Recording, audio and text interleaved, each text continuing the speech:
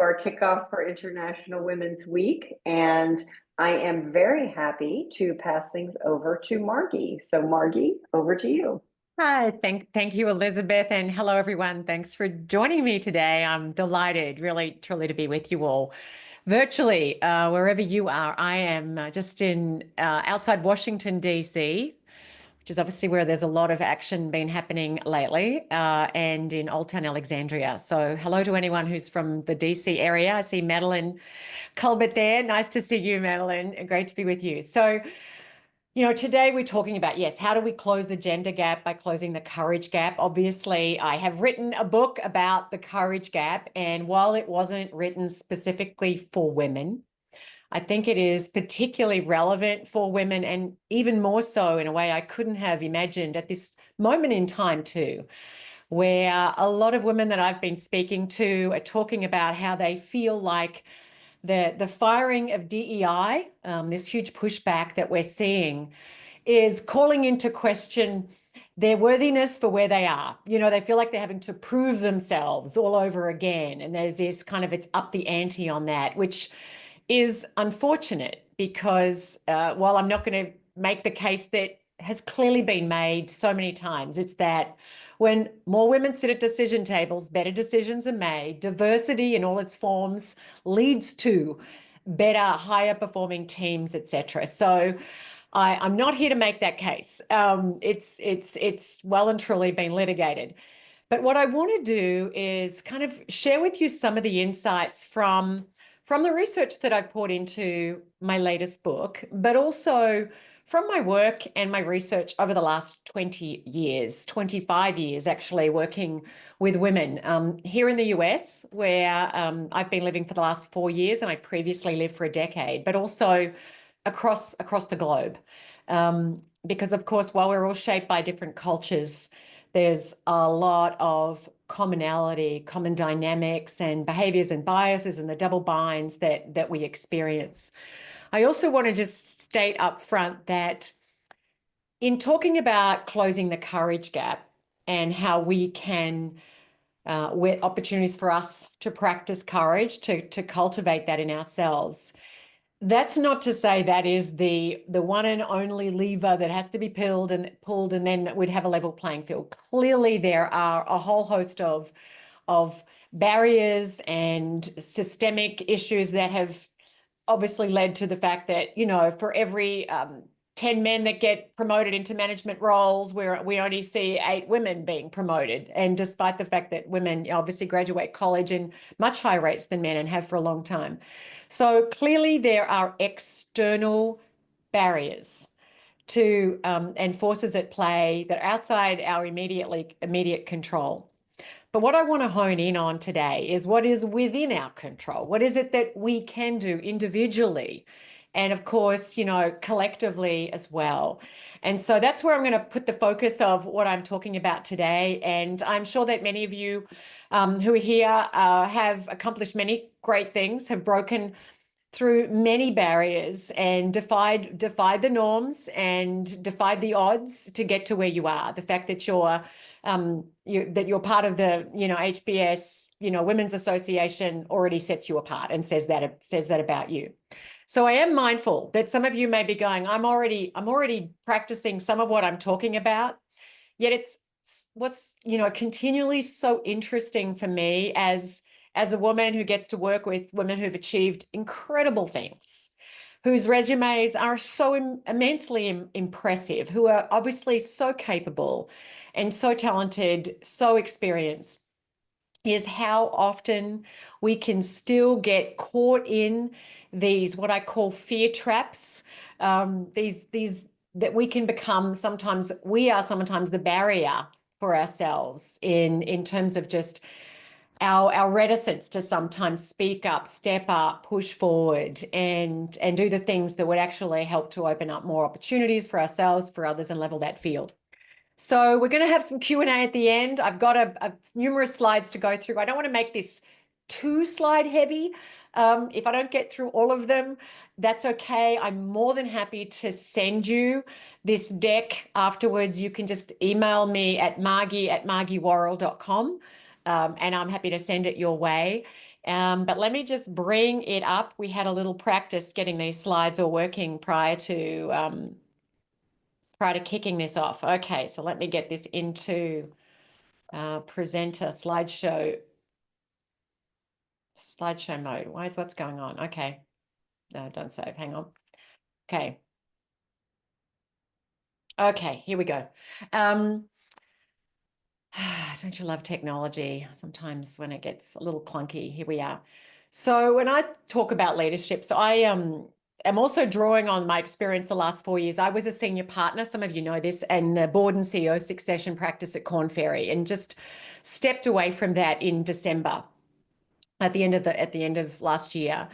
And when I talk about leadership, I mean, male, female, when I talk about leadership, I think there's different domains of leadership. And a guy called Ken Webber talked about the I, the we, and the it. You know, the personal leadership, the interpersonal leadership, and then the enterprise leadership. And so it's with that framework said, this is actually just a diagram. I have this on my website. You know, I'm going to be honing in here today on the personal and the interpersonal, not necessarily the enterprise leadership, not the business, not the how you're going to be leading a business in terms of strategy. But I just wanted to kind of touch on this because, you know, where is courage needed? It's needed across all domains, but it starts with yourself, right? It starts with, you know, where is your own fear? And fear comes in many shapes and forms. It doesn't always come in the shape of, you know, knee-shaking trepidation and people who are really timid. I've actually had a few experiences, actually just recently when I've been out speaking and talking about the book, where I've had some women say to me, Margie, I'm not afraid to say what I think at all. In fact, I'm extremely direct and everybody knows it, but I'm having a lot of issues with some of the people in my workplace. And I'm like, well, you know, if you're always so incredibly direct and you tell everybody exactly how it is, maybe there's a lack of self-awareness with how that's landing. Maybe you're not picking up on the fact that it's not being effective because people are finding you to be lacking in humility or lacking in curiosity. So when I talk about, you know, being brave and courageous, it's not always about, yeah, I just speak my mind and plow forward like, you know, a bull in a china shop. It can come in many shapes and forms. This is the framework that's actually in my book, The Courage Gap. I'm not going to unpack every aspect of this today. This is the framework that the book was based upon. And I want to kind of break it up today into a slightly simpler framework for you, but just starting with the premise that, I mean, all of us, you have immense potential to do great things, to achieve many things. I'm sure you have already, but also to navigate life's many challenges, its hurdles, its changes, the uncertainty that comes. And as women, as we navigate our career journey, there's always going to be complexities to that, often that men don't have to deal with in the same way. And so our fear can often, because emotions are what drive action, widens the gap between what we're capable of doing and what we do, between, you know, what we know is, okay, I need to do this, and then the actions that we take, between potential and impact. It takes courage to close it. But when we think about courage, people often just think about, okay, courage is feel the fear and do it anyway. That great book Susan Jeffers wrote, you know, probably 30 years ago. But it's actually more than that. When I talk about courage, yes, it is choosing to take action in the presence of our fear, in the presence of the risks, in the presence of the chance that things aren't going to land well for you, that someone might find that your assertiveness is being perceived as being too bossy or bullyish, or your ambition is negatively perceived. There's always those risks, and we have to be mindful of those perceptions. But it's also the management of our fear. And I'm not going to share the story now, but I shared this, I think, when I spoke at the event in New York last year, that I got invited to a trapeze school a few years back, and I thought it was going to be pretty simple, pretty easy. I parachuted in my teen, you know, when I was 19. And when I got up to that platform, despite having a harness on and a safety net, I froze in terror. And I literally started shaking. I got teary. And my friends who were down on the ground started yelling out, "Stop playing safe, find your courage," which would have been lovely, except they were the titles of my books. And I felt that they had, they were having a field day just laughing at me, being so terrified up there on this platform. And yet, even though I intellectually knew I could not fall to my death, I still found myself hesitating when I needed to just lean out, grab the bar, and go forward. And I'm actually just curious to see if you want to just put onto your screen, raise your hand if you can think back of a time where there was something you knew logically, intellectually, this was absolutely something you should do, and yet you held back, or you took a lot longer to do it than you knew would have been the wise thing to do at the time. Yeah, I'm seeing lots of hands. And that's because we're wired for safety, we're wired for certainty, we're wired for control. We like to be able to predict the future. And women, we're wired for community building, we're wired for connection. And often, even though we intellectually know we should give someone feedback, speak up and advocate for ourselves, push back on something, call something out, make a change. Often that emotional state, that fear of creating disconnection, creating discord, stepping into a situation that has a whole lot more uncertainty, maybe where we can't control everything, we like to control things. Maybe many women get saddled with perfectionist standards. We want to do it all so perfectly. We want to think that we're going to nail it all. And so we hold back when we actually should just step forward, even blunder forward. Daniel Gilbert out of Harvard said that we should be blundering forward when we sometimes hold back until we know we're going to get it right. And I think as women, because we have a tendency to want to feel like we know exactly what we're doing and we're going to do it really well, we often don't give ourselves permission to just step forward, even though we don't know what we're doing. And men are much more comfortable with winging it, with just going, you've all heard the Hewlett-Packard study that found men had only they could tick 6 of the 10 boxes to throw their hat in the ring, and they were happy to do so. And they were like, I'll just figure it out as I go along. Women want to tick all 10 boxes, and usually we want to give a really big fat tick to them too. So just being mindful that sometimes, and this is this fear regulation piece, we are more afraid than we need to be. We look out because our brains are twice as sensitive to what could go wrong versus what could go right. We hold back and go, oh, I don't want to do it. And so we have this internal tug of war between, oh, I really want to go for this thing, I want to do this, but I'm afraid of what will happen if I do. And so just being mindful that this is sort of part of the human condition, but where is your reticence sometimes to step forward, being driven by more risk aversion than serves you? And of course, there are always risks. It's not about not having risks. It's about making sure our perception of the risk isn't magnified too much. This table here, I won't go into it, but when I did my PhD several years ago, so back in 2018, etc., I interviewed a whole host of women who'd made it to C-suite tables.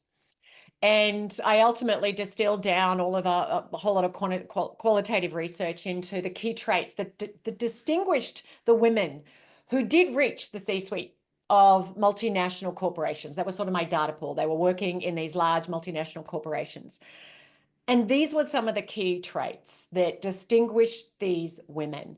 And as you can see, there's probably some there you're going to recognize. And we know many of these are more feminine leadership traits. We tend to be more collaborative. We're better at building bridges. We want to find a lot of meaning and purpose. It's less about just the win for the win's sake. That's not to say we don't like to win, but, winning in service of what? Love stretch assignments, weren't defined by their title, were much more self-defined, were willing to take risks, sometimes moving across the world, taking on jobs that they hadn't, that they did feel they were a bit over their head, and obviously were authentic too. They weren't they weren't prone to posturing. And so a model that I want to kind of just share with you today for you and applying for you, I want to make this really practical for you, is how do you close that gap between what you're capable of and what you're doing? And while you may already feel like you're living in your courage gap, you're living in that space, maybe there's some areas where you could be doing that in ways that you haven't thought of. And so to keep it really simple, because I always believe insight that isn't turned into action, honestly, is a waste of time. I like, it's got to shift how we think, how we feel, what we do in order for it to have any impact and change things. So when it comes to closing that gender gap, you mightn't be able to control the policies coming out of the White House, but what can you control is, okay, how are you showing up in this moment?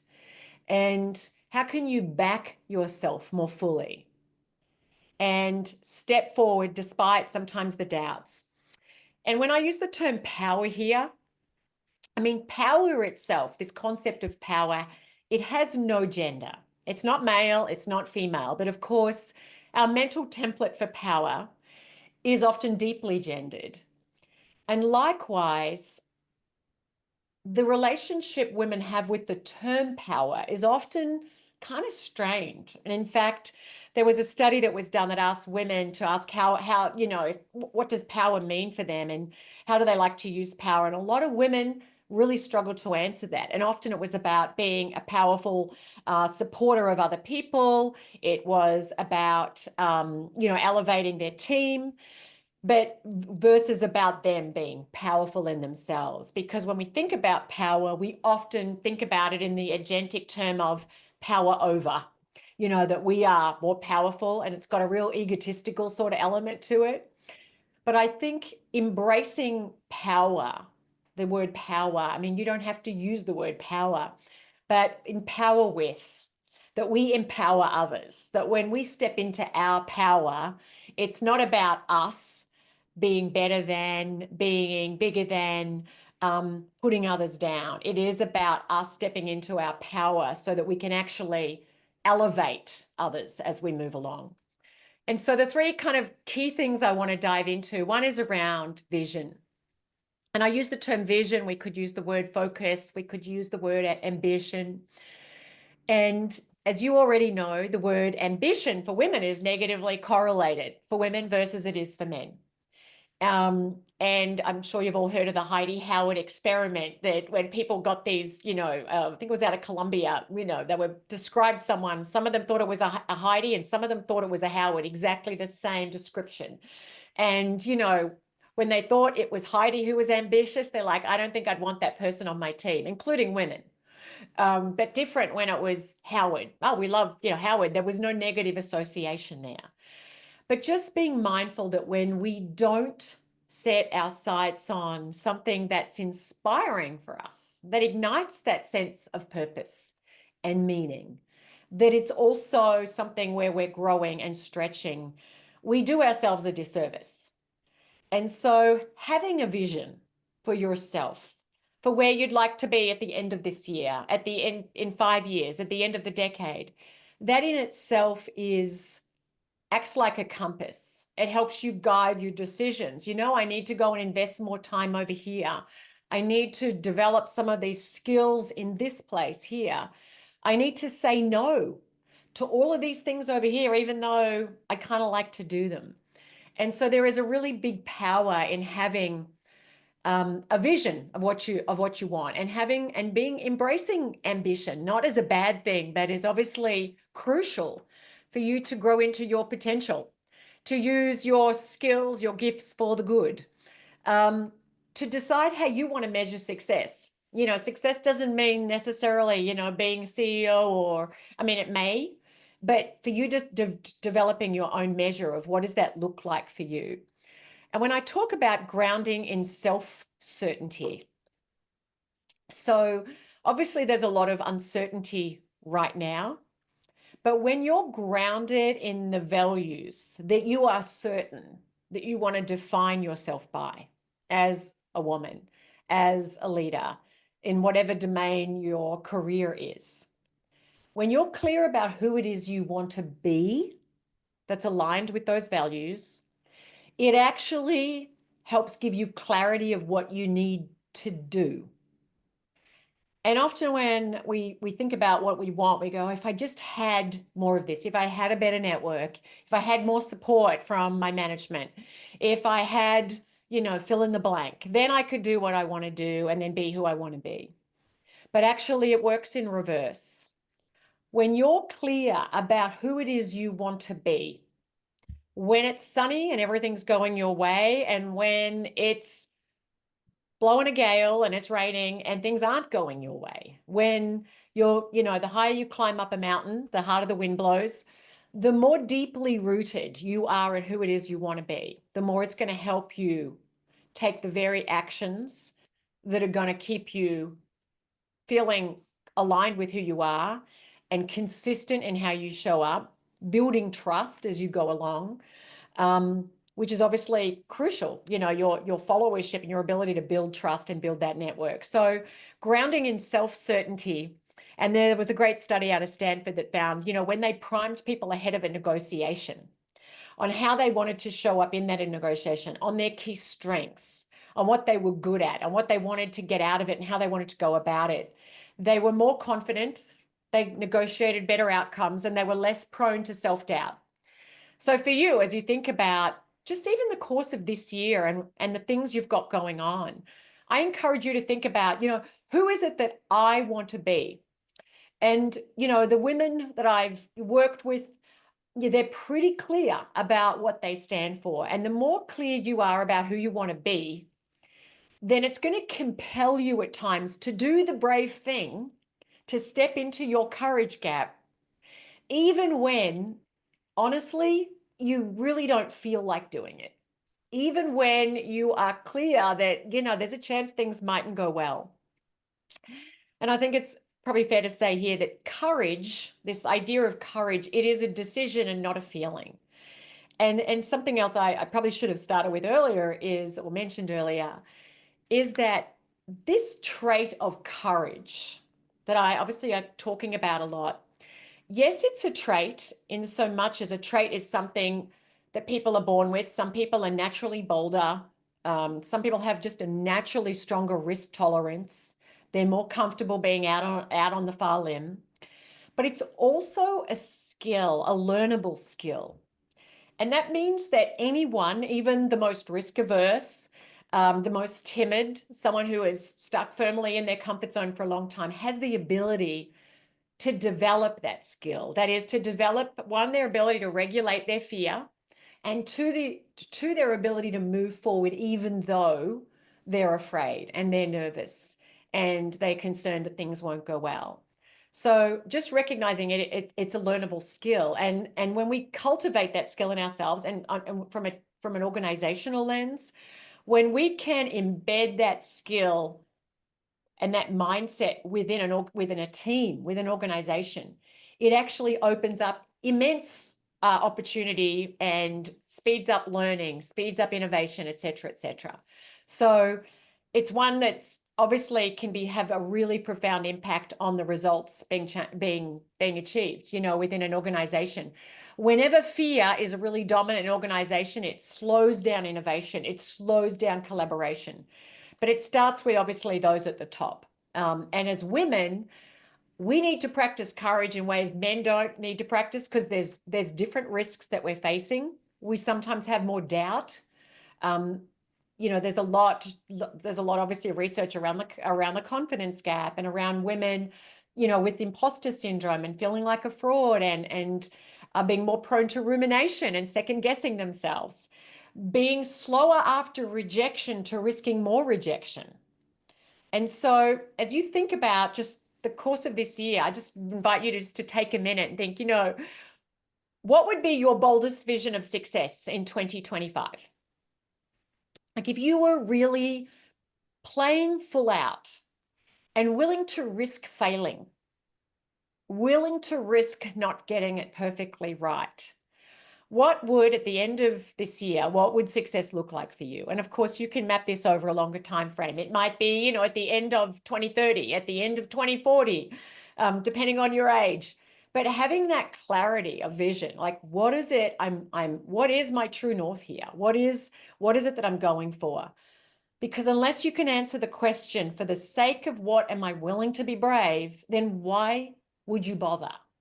Your tendency is always going to be to stick with the status quo and avoid the risk, unless there is a more compelling reason for you to go forward. And as I wrote in the Courage Gap, your commitment to a positive outcome has to exceed your fear of a negative outcome. So I'm curious here in the chat, if anyone wants to pop it in as you think about what does it look like for you over the course of this year? At the end of this year, what would success look like? What's something you would love to achieve? What's something you would love to do? I'm curious. I'd love you to share that. I'm sure, well, I'm not going to take the time to be reading the chat right now. I'm sure others would enjoy you sharing whatever that comes up for you. Okay, so jumping forward here. Secondly is the mindset that we bring to things. So your beliefs are the operating system of behavior. All behavior is belief driven. And thank you, Madeline, writing your first book. Awesome. Everyone hold Madeline accountable to that. Great. Thank you, Patricia. So if you think about writing a book, having your ETF gain traction, whatever, what is the belief system that you need to be operating from to bring that into reality? What do you need to be telling yourself about, one, yourself, because the most important belief that we have is what we believe about ourselves, but also about your ability to navigate the challenges, to learn what you don't know. There's going to be knowledge gaps, things you don't know that you're going to have to learn.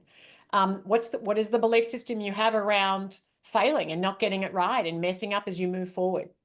And so a simple model here is, we all tell ourselves a story, and our stories are precursors to emotions. Emotions are what drive action. Actions get outcomes, and we can end up in this self-fulfilling prophecy. And as women, we are more prone to underestimating our abilities. Even when women have been shown that they are every bit as good at a particular talent or competency or skill, women tend to still undervalue themselves more harshly. When women in organizations, I can't remember where this was done, this study, but I could find out if you want to know. We're told that your self-evaluation is going to impact your opportunities for promotion. And I've got women and men to both self-evaluate themselves and how well they've done their jobs. Women, even when they were presented with facts that they delivered the same results as their male counterparts, still evaluated themselves more harshly on managing a P&L, on their ability to sell, on their ability to deal with, team dynamics, still evaluated themselves more harshly. So given that we tend to be harder on ourselves, given that we tend to underestimate our abilities more often, then we have to be really careful not to be operating from a story that's driving us to play too safe, to think too small, to hold back and think, I need to get more experience. I need to be a little bit better at this. We also need to be careful about the stories we're telling ourselves about others. Last year, I was coaching a woman who is very senior in a large organization. And she told me, she said, our CEO is so intimidating.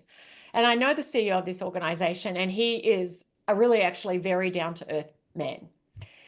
And I said, tell me what he does that's so intimidating. And she's like, well, he doesn't do anything. He's just so intimidating. And as I helped to bring into transparency for her, he's not intimidating.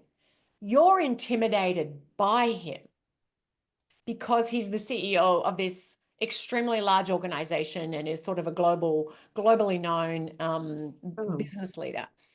So be careful of even the language that you're using. Another way in the end, I was like, we relanguaged it. I find myself intimidated by him. I'll call him Tom. I find myself intimidated by Tom. But I know that's not about Tom. That's not about me. I'm like, what do you think Tom wants for you? Or she's like, Tom really wants me to succeed. He's said as much. He's actually asked me how he can support me. I'm like, aha, okay. So how could you relanguage that? So just even in re-scripting your story, and I dive into how you can do that in the book. But if your story isn't making you feel more powerful, so more empowered, more positive about your future, and more on purpose, then it's not working for you, it's working against you. So just being really careful about that story you're telling yourself. I mean, we know that the problems that we face are less important than the mindset that we bring to the problems that we face. This was a study done by McKinsey that found that leaders who adopted these mindsets were more likely to outperform their peers. Well, this applies obviously equally to men and women. But for instance, our willingness to fail, men are more comfortable with failure. And maybe it's because they got more skin knees as kids. We could debate that. I'm sure there's a lot of research into, the nature nurture piece here. But the reality is that the mindset that you're bringing to whatever challenges you're facing is going to be more determinative of your success over time than the size of the problems. So what is the mindset that you need to be operating from? And there's I look at it as through a lens of two key mindsets. One is more risk averse. It's sort of focused on what we could lose, what could go wrong. And so kind of sees two things. Here's where I know I can be successful, where I know if I say this, it's not going to create problems. If I do this, I'm probably going to be successful. Everything else feels a little too dangerous. I don't want to go there. It's obviously driven by control, by certainty, by self-protection. The other mindset's driven by, well, what could I gain? What could I do? What do I want to make happen here? It's driven by curiosity, by purpose, and it opens up because beliefs create the emotional state we're in, create the actions that we take. And so the courage mindset is one where there's a big piece in the middle where I may not land the perfect outcome, but you know what? I'm going to try anyway. And when we give ourselves permission to have experiments, and I wonder for you, if you gave yourself permission to experiment more, and even using that language. So we like certainty. All of us want certainty. I mean, our brains are wired. We like to have a certainty about the future.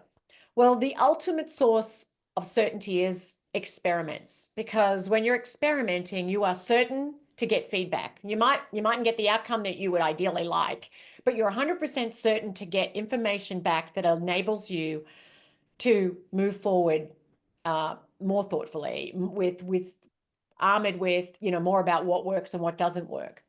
You can never control the output of your efforts. You can only ever control the input. And the more experiments you're making, the more information you're getting, if you're learning from that, to upgrade the input. And so, for yourself right now, if you were operating in your courage zone more time than you are, what would you be doing more of? What would you be stopping doing? Where would you be risking more of the failure that you don't like and you'd rather avoid, but you need to risk? And so, again, I just invite you to think about, what mindset do you need to be operating from? And are you currently sometimes holding yourself back because you're stuck in a story about that you lack what it takes on some front, that it's too difficult, that you've tried before, that it's too risky, etc.? Like, what's another mindset that this person it is just very difficult to deal with? And when it comes to people, the people who test you the most are those obviously give you the greatest opportunity to level up in how you lead. So I'm curious here for those who are in the chat, what is a mindset that you need to be operating from to get to where you want to go? when I spoke to the women executives on boards group last year, one of the women came up to me afterwards and she said, you know, Margie, 18 months ago, I went through a round of interviews for a board role for a publicly listed board. And I was, honestly, I thought I was going to get it. It was a lot of interviews. And then I just heard nothing. It was like she was just, you know, what is it, ghosted. And she said, I was just really disheartened afterwards. And it's been 18 months since I have been out there, you know, proactively pursuing, looking for board roles. And she said, and I've realized it's because I felt so wounded and dejected from the process last time. It just, I haven't been able to bring myself back to it.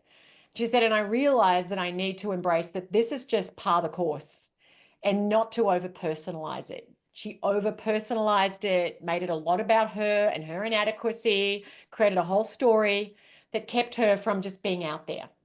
So for you, what does that look like for you? Let me just jump forward here. So what is that story you need to tell yourself? Finally, you know, taking action. This is the third piece of it. For you, you know, how do we reframe nerves? Not waiting for confidence. Courage precedes confidence. I mean, this is shown to be true. If we wait till we feel confident, now some people may come out of the womb confident, have had childhoods, have had experiences where they are brimming with confidence. Most haven't. We have to do the very things that will build confidence and embracing discomfort as we go along. As I learned growing up on my parents' farm in Australia, that growth and comfort can't ride the same horse. And likewise, when it comes to speaking up, which are one of the key action is in conversation is one of the most important actions you're taking. Getting really clear, what's your intention? Standing tall in your worth. I mean, how we hold ourselves physically impacts how we feel emotionally. And while your thoughts and emotions can impact you physiologically, your physiology can impact how you think and feel. Being willing to say no, being willing to disappoint, being willing to risk more rejection, being willing to give people feedback that they mightn't like to hear. All of those things are not comfortable, but they ultimately are what lead to us being able to grow our influence. And I know many of you who have been in senior management roles, you already know the importance of having those difficult conversations, but it's one of the most crucial skills. You know, we talk a lot about hard skills. People go to school, to grad school and learn a lot about the hard skills, but actually those soft skills are the hardest skills. And so recognizing when we look back at the things we didn't do, we're actually 3 times more likely to regret the chances that we didn't take than those that we did. And so for you, I just invite you to think, what's something that you're committed to doing in the next 24 hours? And I invite you to do that. And I'm just going to open it up to Q&A now for anyone who's got some questions. And I know I've sort of jumped through there quickly, but I hope that's been helpful for you and that you're kind of seeing where's some opportunities for me to lean in and do some of the very things that I know I should do, but I haven't been doing, or be doing them more consistently and more regularly than you've been doing. So with that, well, thank you. This is great. We have a great chat going here, Margie. You're inspiring lots of commentary. So one of the questions, and Gretchen, thank you for posting this in there. This is one of, you put in a little bit earlier when you were kind of speaking about the fact that the courage gap, your book is really for everybody. And today we're trying to look at this from like the women's leadership perspective. And I think you have a great question, Gretchen, which is, you know, you touched on this, but if you can talk a little bit more about, you know, how different is it that the perspective that men have or men are given the luxury of having, and is it actually that men are more courageous, whether they're encouraged to be more courageous or they're punished less, or are they just less self-critical? Can you talk about that difference between like environment and self-criticism? Well, thanks. Great question. There's a number of factors there. So I think generally speaking, well, there's a whole, the research shows that actually, obviously we're raised, even people who try to be incredibly unbiased in how we parent. There's a lot of research that shows just how unconsciously we can raise our daughters differently than our sons, even on a playground. You know, there was some study that parents that have boys on the monkey bars or whatever, like, oh, be careful, but they still help them go up. With girls, they're like, I don't do it, as though girls' bones are more fragile. I share that with you because do young boys and adolescent boys who can naturally be more boisterous get rough and tumble and get better at just falling over, skin knee, and getting up? So are they developing some resilience there through their formative years that young women aren't? Is that a factor? I think there's probably some aspect of that. Role models, obviously, I haven't even got into role models, mentors, the importance of reaching out and cultivating that for yourself. But that impacts what we see as possible. It's hard to be it if you haven't seen it. Or certainly men have seen it a lot more than women. So, and obviously that's shifting over time. I think men tend to have a greater comfort level with doing things when they're not exactly sure what they're doing. You could argue that they do more dumb things faster than women might. Women tend to be a little more considered before they just jump in. But still, obviously when men are going, hey, I'll do something and I've got 6 of the 10, I can tick 6 of the 10 boxes. They're clearly not getting it right. But is that explanatory failure, that explanatory style? We know that it's in positive psychology. Marty Seligman talks about how we explain our failures. Women are more likely to internalize and personalize our failures due to an inadequacy on our part, yet to explain our successes as due to a helping hand or our team. I'm part of a great team. I got great support. Men, the balance is different. So that shifts when we talk about, willingness to step forward amid our fear and the risk. So men often don't feel as afraid. And so I think that impacts their willingness. So are they more courageous? I wouldn't say that they're more courageous. I would say actually they have less fear. So it's not as difficult. And of course I'm generalizing here, but I just think there are some differences. I mean, even our neurobiology that we know, even our brains, the parts of the brains, we're so much more wired to the feelings and emotions of others around us. So we're more mindful of who might be getting upset, which can make us a little more reticent sometimes than men who honestly, it's just not even getting on their radar.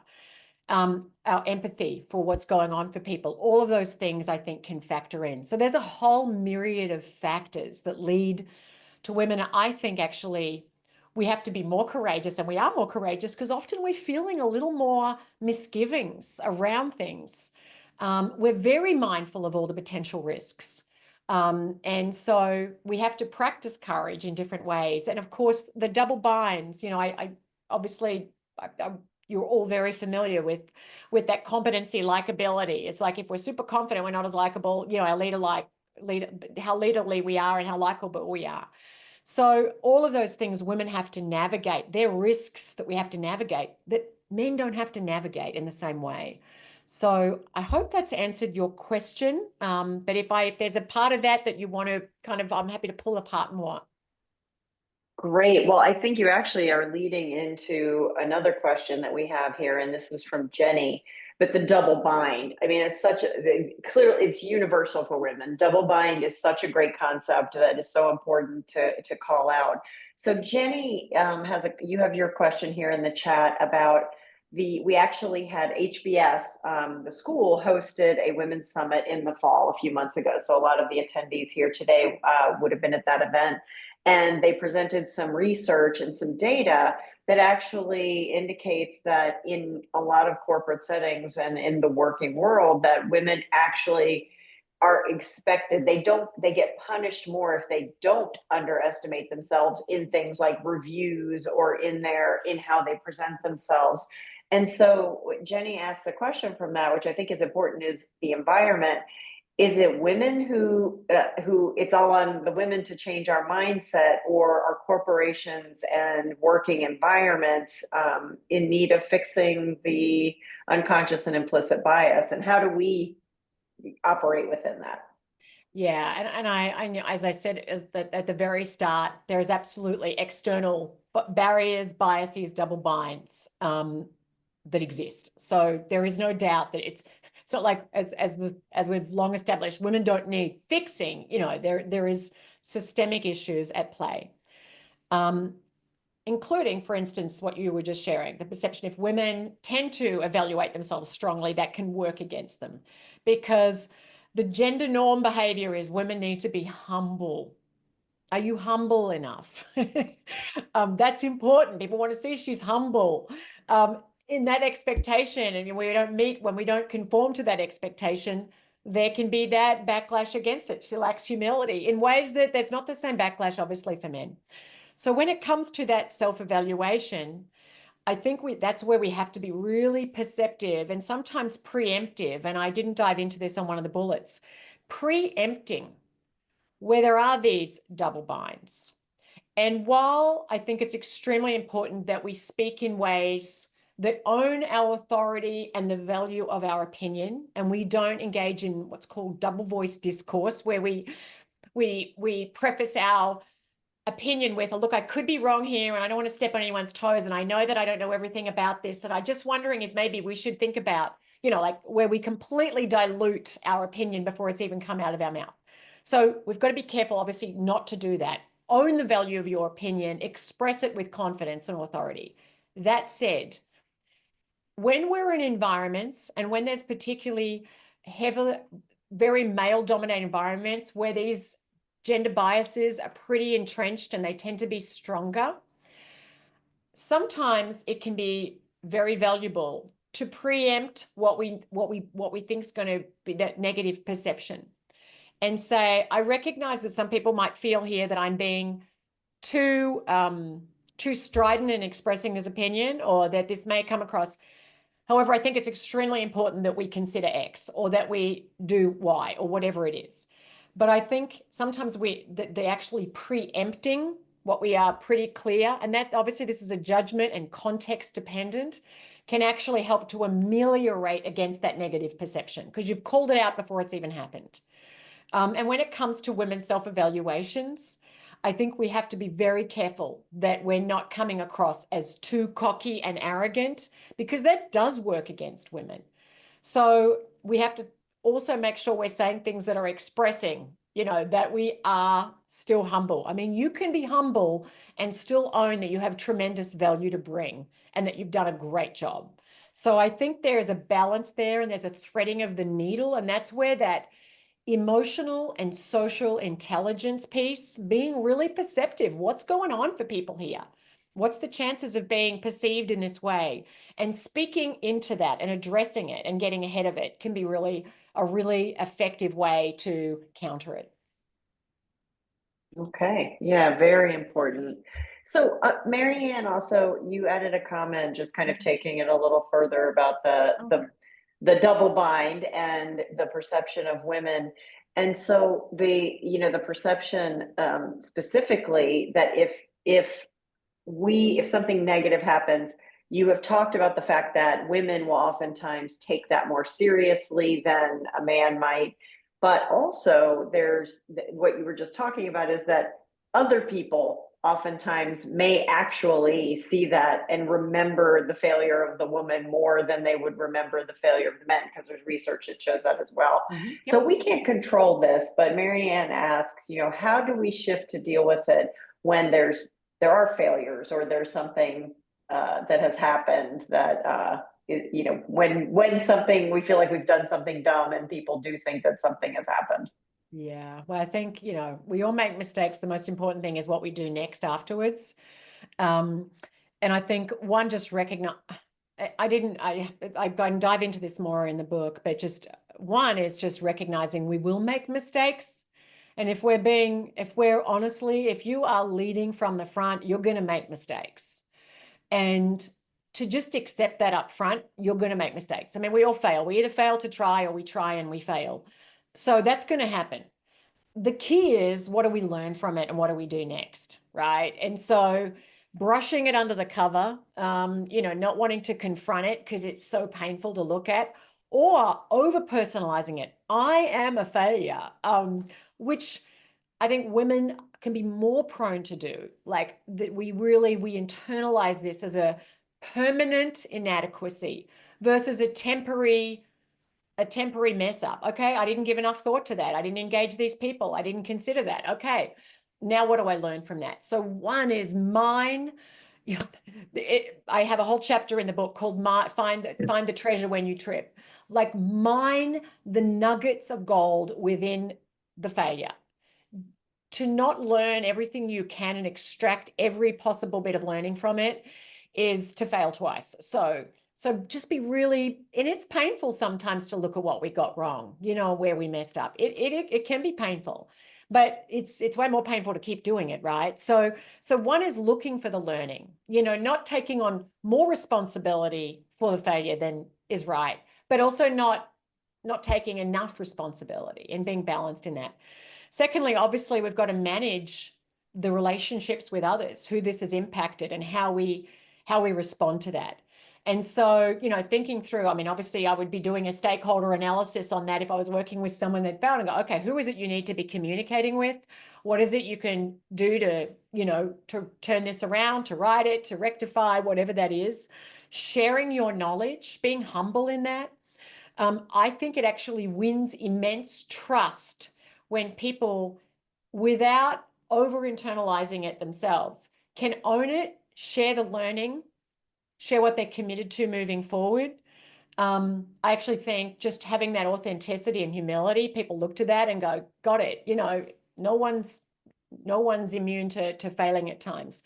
But I do think it is really important to respond to it in a really deliberate, pretty and very quick effect, being really immediate in the response to it. And I think over personalizing it and kind of just taking yourself into the corner and shaming yourself is not going to help.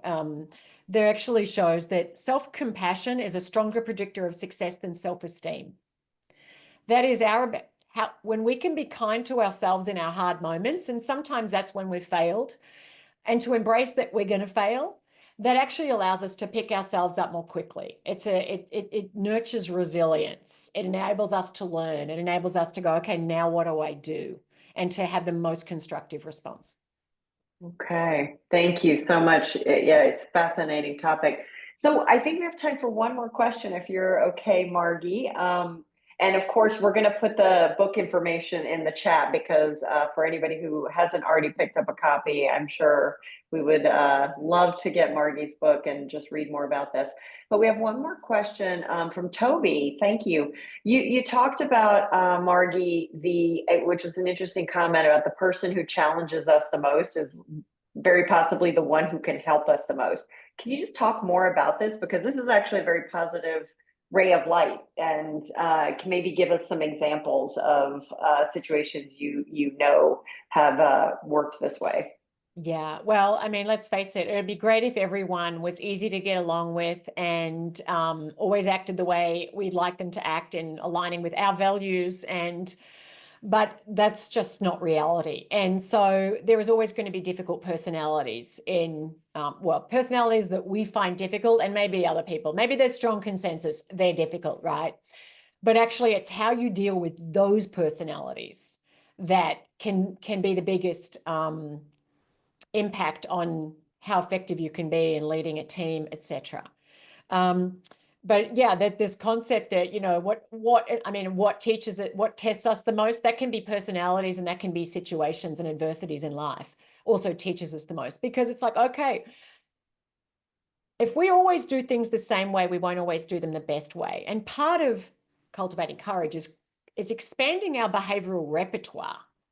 I might always be a generally nice person and amiable and collaborative to get along with, but sometimes, we need to go to the other. Like right now, I need to be pretty direct and assertive and actually call it pretty hard with someone. And, so maybe you need to get out of your default mode. You might be someone that's always looking for everyone to be getting along and having consensus. You're going to have to step up and grow in how you lead, because maybe there's a skill, maybe there's a type of behavior that's not your default. In fact, you don't really like it. Maybe it's dealing with conflict. Maybe it's confronting something, and you'd much rather avoid that, but actually that's a muscle that you need to build. And so it's funny, I have a daughter who's just started in her career in the last year or two, and she had a really, really difficult, frankly, quite a bully boss. in her first year in her job. This, honestly, in a large organization, this woman would have been, you know, marched out the door, but it was a small organization. And my daughter was pretty upset about this. And she was like, Mum, she said this and she said that. And she said things that was really terrible. This woman hadn't had much, obviously, development herself. And I said, you know, Maddie, I mean, she shouldn't be doing this, but how are you going to deal with her? Because you're always going to deal with people who say things you don't like. Not everyone's going to make you feel good about yourself, even though this may have been pretty unprofessional. So it's how you respond in those moments and in the most constructive way, which takes that ambidextrous leadership. What's going on around me with this person? What's going on inside me? And if they're triggering you, well, there is a beautiful growth opportunity for you. Like, what is it about it that's triggering you that your response is maybe disproportionate to the offense? Yeah, they said something offensive, but how do you respond in a thoughtful way? So that's obviously our own development, you know, when we're particularly with those people who trigger us. You know, our role is to learn how to manage that so that we're responding more constructively. And I think when it comes to personalities, obviously dealing with, say, for instance, you know, men who might say things that we find offensive. One thing that the research shows is that women who have dealt with incredibly misogynistic circumstances, you know, yes, they'll call it, but they'll do so in a way that doesn't play a victim narrative, but just calls it with a lot of professionalism. They don't get bent and twisted out of shape by it. They see it for what it is. It's not about them. It's about this. And so they're able to kind of set that boundary and speak up and have that self-respect that allows them to respond in a constructive way and not be defined by someone else's behavior. Fantastic. It, I think, might be one of the most important skills that I wish I could learn, anyone can learn in their career, but learning how to grow from those difficult interactions, relationships, and situations might actually be the most valuable thing that any of us can do. So thank you for that. So Margie, thank you. This has been a wonderful presentation, and I'm delighted that there's more for us to learn from your book. And on behalf of the women of HBS, I just want to thank you for taking the time to be with us tonight. We've shared your information also so that if people would like more information or to work with you, we can reach out directly. So thank you for sharing your email address. So everyone who joined us today, please get in touch with Margie if there's any more information that you would like. And we have recorded the session today, so we will share that as well if you'd like to revisit some of the concepts. So thank you, Margie, and thank you everybody for attending tonight. We appreciate all of the time together. Thank you, Margie. It was terrific. Thank you. And I'm just going to say one final little pitch. As I go about speaking, if you're part of an organization, obviously beyond this one, I would be delighted for any opportunities to come and speak to your team and your business. So thank you again, Elizabeth. It's been a pleasure. That would be great. Thank you, everyone. Good night. Good night.